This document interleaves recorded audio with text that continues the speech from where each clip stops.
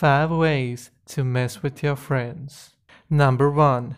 Burn down their house. Take a bucket of lava and place it dead center of their house. Quickly get out of the build and watch as their hours of hard work turns to dust. When they log back on, you both can have a good laugh about it. Number 2. Kill their dog.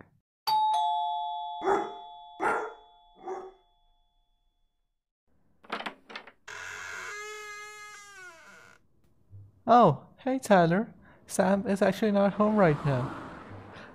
Oh no, Miss Clinton, I was just passing by the pet store, so I thought I'd pick up some treats for Bobo.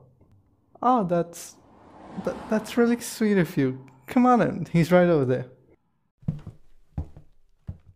Hey little buddy, it's all gonna be okay.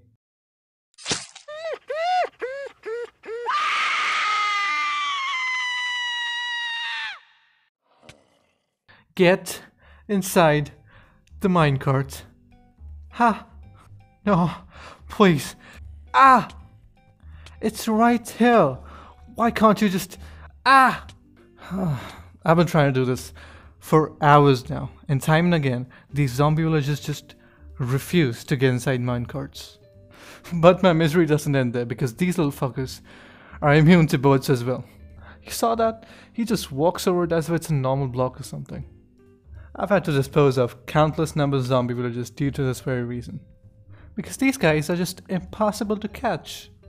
Oh, by the way, I know I should have mentioned this sooner, but I made a villager breeder. So what I've been doing is, I just come over here, put the minecart in, and it should come back up with a villager in it. Yes, of course. The villager then travels all the way to over here to get zombified. And this is where the trouble begins, alright? So in here, we have our zombie sitting inside a minecart on top of a piston, so he's lever operated. And now if you just nudge this guy over, he should stop right on that power rail. Yes, perfect. And now as soon as he zombifies, he will pop right out of the minecart, just like a bar of soap slipping out of your hands. See? Every single time. And now this guy and every single zombie village like him is immune to minecarts and boats. You simply cannot catch them. I'm pretty sure that they shouldn't be popping out of the minecart in the first place, and even if they do, they should most certainly not be doing this. But as a Bedrock Edition player, you just learn to live with the bugs. The game basically breaks every next update, new bugs get added, and some of them are really fun actually. And now it's all just a part of the Bedrock Edition experience, you can say. Anyway, the plan for today is to build this structure over here, which, as I said last episode, is gonna be a chandler. Also known as a candle maker. I've done a little bit of research on medieval candle making, and I have a beautiful idea in mind for this build. I've also been doing a little bit of work on the planning and terraforming side of things, so all this land is new, and I've also been making a lot of maps to get a better idea of the layout of the town and kind of do the town planning a little better.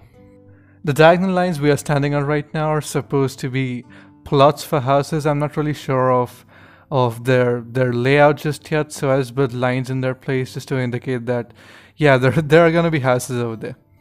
I was also thinking of getting rid of these two Roman style buildings over here, and even though they're really nice and I spent a lot of time designing them, I don't really think they're gonna work out well for us. Also, I really like what we have going on this side of the town, and I'd love to continue that over here. Originally the idea was to have a wealthier Roman Corinthian style city on this side and then a medieval style city on the other side, but I don't really think that idea is gonna work out well for us. Because even though it would be a unique approach, I don't think it would look the best right next to a medieval settlement. Not to mention it would be highly unrealistic, like stupidly unrealistic, because the medieval era came years after the ancient Romans, so it would kind of be nonsense. And not like I'm striving to be historically accurate or realistic, but just think about it. In short, I don't really think it'd be a good idea to have such distinct build styles right next to each other.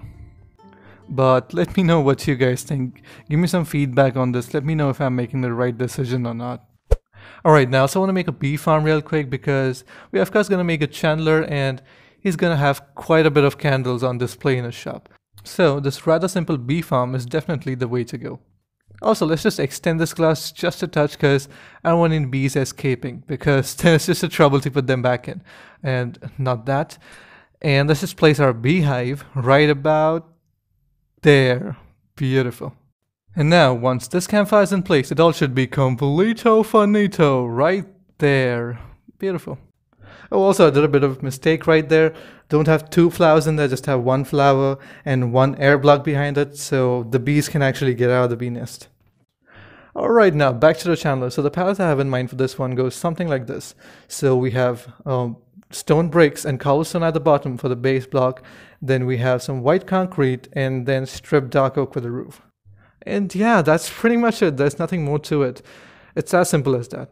I could have used some deep slate for the base of the build instead of these regular stone blocks, but I thought these two blocks already contrast harshly with each other, so I thought I'd just use some regular gray blocks. Also, this layout right here is gonna go away because the new layout is a little different from this one. It's a little bigger in size, and this one was not final anyway. It was just to give me an idea of where the structure is gonna be. So yeah, this going away. And this is what the new layout looks like, and I'm really proud of this. Alright, so right over here is where the front entrance is gonna be, and as you walk in, this is where the customers are gonna stand to shop candles from the chandler. And then if you go in here, this is where the chandler is gonna stand to attend to the customers. Like, I serve 14 rush lights and 12 medium-sized candles coming right your way. There are gonna be a lot of shelves filled with candles on display and candle stands and rush lights on display, and here is where his workshop is going to be. So this is where he'll manufacture his candles, and there's also going to be like a back door over here to like for some extra storage and to hang candles outside maybe. And then this in the green is going to be a staircase to the next floor. So yeah, it's kind of an interesting layout, and it's funny because for this build I designed the interiors in first, and then the exterior was designed off of the interior instead of the other way around, so it's kind of cool. But anyway, let's not waste any more time and snap this baby into existence. Right about in 3, 2, 1, and check that out. Ooh, what a beauty. And blends in so well with all the buildings next to it. Overall, I think it's a great addition to town, isn't it? And now it feels so good just walking in town like this. Only until we like look over there, but if we just focus on this angle and walk like this, it feels so much more immersive. Eventually, once the pavement for the square is in place, like all this grass will be gone. And then it's all gonna come together so nicely and it's gonna look so epic. Anyway, now let's check out the interiors. So as you enter, you're instantly greeted by this nice warm ambience in here. With all the dim candlelight, it creates such a cool vibe in here. As I said, this is gonna be where the customers will stand to shop candles from this chandler. So you just come up here and ask for whatever it is that you desire, like 2 of those small candles right there. Oh, my bad. Don't worry, we got a lighter. Moving a little further, we have this trapdoor in here which leads us to where the chandler will stand. Passing out candles through this tiny arch over here. In here we have a wide variety of candles on display because these are not bookshelves. These are shelves filled with candles because look at them. They might as well be shelves filled with candles. You just gotta use your imagination a little bit. We're kind of working in a tight space over here. And then this over here is one of those ornate candle stands that we used in the build previously. And then squeezed behind here is the door that leads to his workshop. I love the placement of this door. So in here is where he manufactures his candles. We got some lightning rods representing some candles, and then this down here, this is not water, this is wax. And then this mechanism right here is the pulley system that he uses to dip the candles again and again into the wax. Just look up on medieval candle making and you'll learn how candles were made. And then over here I've used a top texture of a loom to kind of represent the strings of a candle. So they're just kept there on the desk, ready to be put into wax anytime you want. And then on the walls we got some hooks to hang stuff, I guess, and then some freshly made candles ready to be sold out. And then moving on, this is the staircase to the next floor. And as soon as the stair ends, we have a cozy little sitting area for two. This is probably where the Chandler and his wife sits on lazy evenings, just sipping tea, having a good time together. And then over here, we have the kitchen. This is a nice little small kitchen over here, nothing too fancy. We have everything that a basic kitchen has. And then this over here is the dining room, the living room, and the parents' bedroom, all at the same time.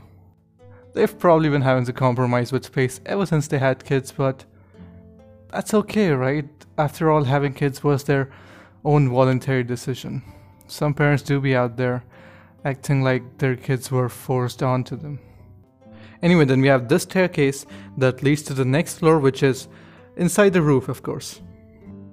The first room we have is just a small little room with some storage in it, nothing too fancy.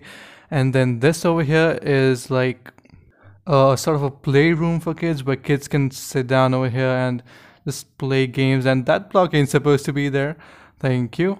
And then over here we have a nice little candle stand using a chain block, which I quite like personally. And you know what, let's actually go to sleep first. And then this over here is the kids' room. I tried to make this as vibrant and colorful as possible, hence the paintings and the flowers. And it works. It works. And yeah, that's the entire house for you right there. And I'm quite happy with how the interior turned out to be. On the outside, there's also this very interesting detail that I really like. So between these houses, there's a small little space which I think can be a personal garden, I guess, shared by the Chandler, the Chandler family and the blacksmith family. There's still some work left to do on this, but just the idea of it, I love having things like these. We have some potted ferns in here to indicate that these are controlled foliage indeed, like the Chandler and the blacksmith are the ones who put these here. But anyway guys, that's gonna do it for today's episode. I hope you guys enjoyed. If you did, leave a like. Leave a like, alright? Goodbye.